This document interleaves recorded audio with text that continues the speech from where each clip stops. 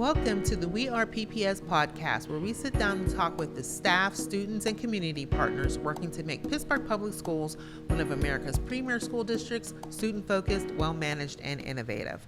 I'm your host, Ebony Pugh, and I have the pleasure of sitting down today with our Chief of School Safety, Chief Dena Young. Welcome, Chief Young. Thank you. Thank you for having me. We're so glad to have you. So just last December, we're approaching a year now, last December, you became the first African-American woman to lead the Department of School Safety. Tell us a little bit about your journey to taking on the role and leading our safety department. Well, I graduated from Police Academy way back in 1990.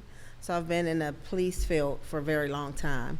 I joined the school district in 1992, and I first worked at Langley High School. I was hired as a supervisor of security for just the Langley High School team. And then from there, I went into the mobile patrol units in the East End. So I covered all the schools in the East End area for the next 10 years or so.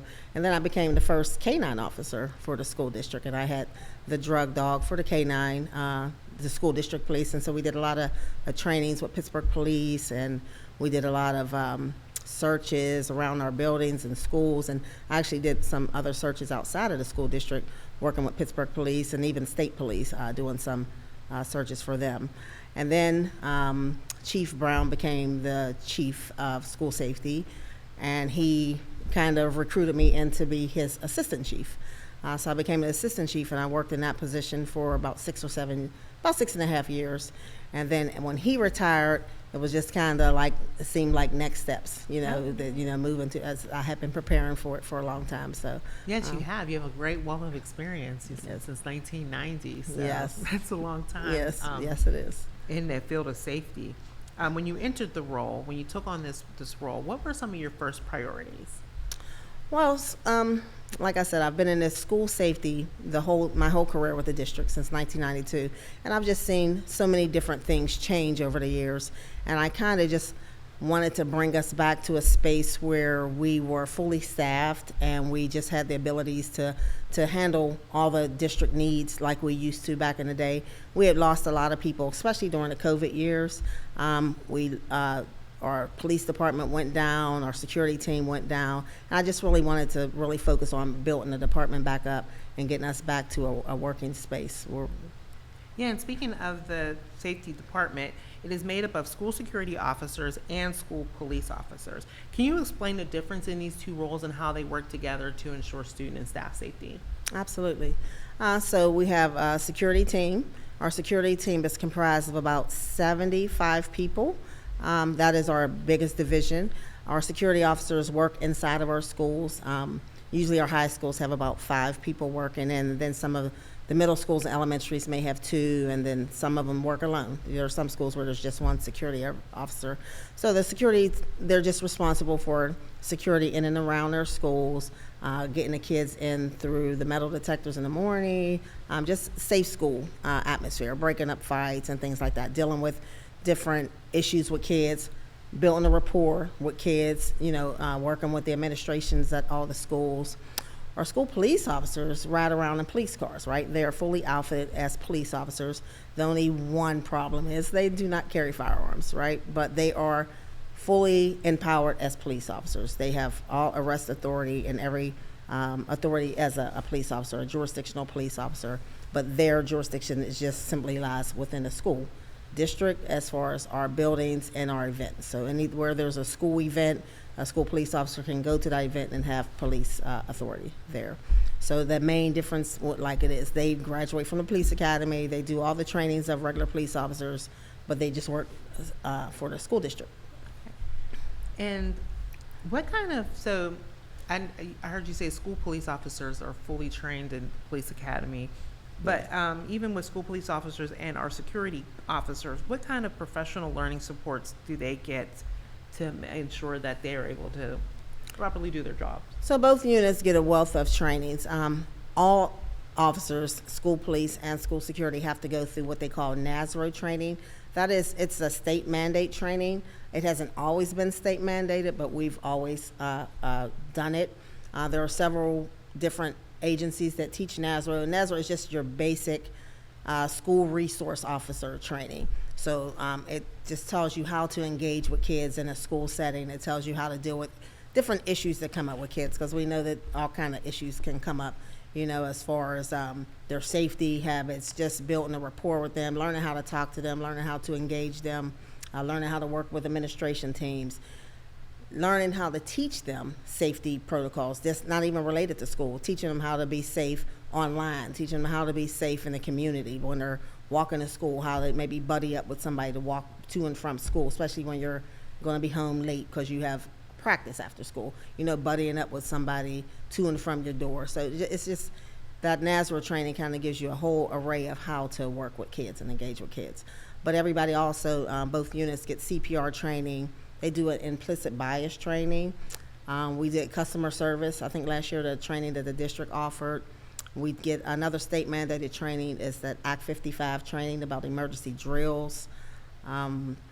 There's another training that's state mandated. It's called safety care, and that kind of teaches them how to, like if you have to go hands-on with the kid, just how to do it safely. So the kid's not getting injured, you're not getting injured, because some kids get combative, and sometimes you do have to do a physical restraint. So that safety care teaches them how to do that safely.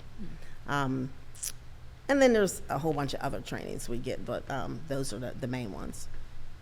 And then, so you mentioned it earlier, particularly during COVID, the school police force has decreased over time. Last year, you welcomed 2 new officers through the department's Grow Your Own initiative. Can you tell us about that program and how it's helping to not only increase support for the department, but also enrich staff from within? So Grow Your Own was an ideal that I had before I became the chief. I worked with our previous chief, Chief Brown, about some sort of incentive we can create for our own. Like I said, our school security team is our biggest unit, right? There's 75 of them currently, and just an opportunity for them to have a sense of growth in their job, and it also would help school police to build up our unit. So we put that in place, and what it is they have to go to the police academy. The district pays for it, and we pay through grant money.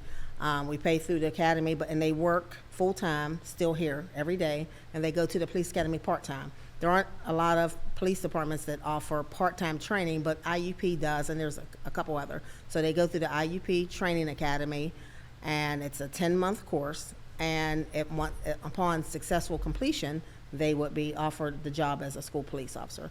So it's a way to just utilize the people who already work here. They already know how to work with kids. They already work in the system. They already have a lot of the trainings that school police officers already have. They just didn't have the police powers.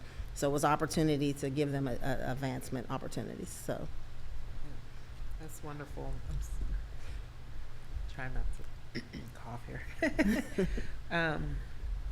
So why do you think it's been kind of hard to recruit external school police officers? So it's hard in general to recruit police. If you look at police departments around the country, all police departments are going through an area where it's not a coveted job anymore. Years ago, when I went to the police, when I tried to become a police officer, now again, this is 1990, when I took the test to become a police officer, we took the test in the convention center, and it was filled up. That whole room was filled. So I'm saying 1,000 people, applicants applying for jobs, and there weren't that many jobs. Today, you could probably give that test in this room. You know what I mean? There's just not a lot of people running to be police officers for whatever reason that is today. So all the police jobs now are all kind of working with a small pool of applicants. And so becoming a school police officer requires a special skill. For one, you're working with juveniles. 95% of your job is juveniles. And we already know that juveniles can be, you know what I mean, it's can be challenging, yeah. Right? So and then there's so many things that you can and can't do on with school police. And then there's the aspect that school police do not carry firearms, right? So when you become a police officer, that's, you know, it's like if you're a carpenter, you carry your hammers and your toolkit. A police officer's toolkit is carrying a firearm, because when you take that oath, the biggest part of that oath is to protect and serve life. So without carrying a firearm, you don't have an opportunity to protect life. right? And so we recently had a situation like that where we're called to a situation where we may be called in to protect life, and as an officer, that's your go-to, right? So to not have that tool available for you, every officer is not going to be willing to take on that job, right? Yeah. So it makes it a bigger challenge for us. So when you have police officers, police departments who pay a lot of money struggling to get candidates, of course we're going to struggle to get candidates, that right? makes sense. Yeah. Okay. At PPS, of course, our number one priority is student and staff safety. And this year we adopted the I Love You Guys Foundation's Standard Response Protocol. A key to SRP is what for short is called SRP, is using clear common language like hold, secure, lock down, evacuate, and shelter. Right. This month, students and staff conducted drills on the protocol. Why are these drills so important?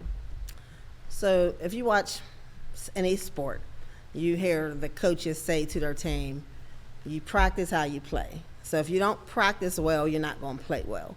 So it's the same thing with safety. We want our kids to be safe. We want them to know what to do in an emergency. So if we don't practice that, then when something bad happens, how are they going to know what to do? So you have to practice how you play. So if something comes up, you know exactly the area that you're going to, you know exactly what you're expecting of your teacher, you know exactly what to expect of the emergency response teams that are coming to your school, so you understand what's going on. So you have to practice it in order to be prepared for it if it ever happens. Yeah, that makes sense because it definitely, and you learn every time you practice. You learn right? every time. You learn something that's not working. You learn some things that may need to be adjusted. Maybe we need to do it like this. Maybe we need to use this area versus this area because, there's an obstruction over here. So yeah, you learn as you go through it. And the learning curve is for everybody practicing, not just the students, but for the staff as well. Yep. Well, I know there's so much more we could talk about when it comes to safety because it's always a topic that you get asked a lot of times to talk to people about.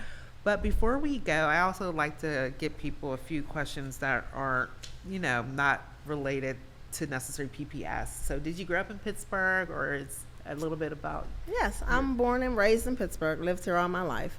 I travel a lot, so I do leave Pittsburgh often, but I always come home. It's always been home. I went to PPS. I grew up in PPS schools. My first school was Larimer Avenue. I went to school in Larimer Avenue. That school's no longer, it's an apartment building now, but that's where I went to grade school at. And then I went to Frick, when it was called Frick. And then I went to Mallions. Oh, okay. And then I went to Peabody. I graduated from Peabody High School. So I've been PPS student all my life, born and raised. So I've always lived here. I lived in the East End for a while, then I lived in the Hill District. So that's where the two neighborhoods that I grew up in. Well, that's good to know. I didn't really know you had that. You were all the way through the school All the way system. through. All the way through. Well, thank you so much for joining us, and we look forward to talking to everyone. Next time, we will have our Christopher Taylor from our Social Studies Department will tell us what we're doing in terms of in our social studies and learning in our schools. So thank you all. See you next time. Thank you.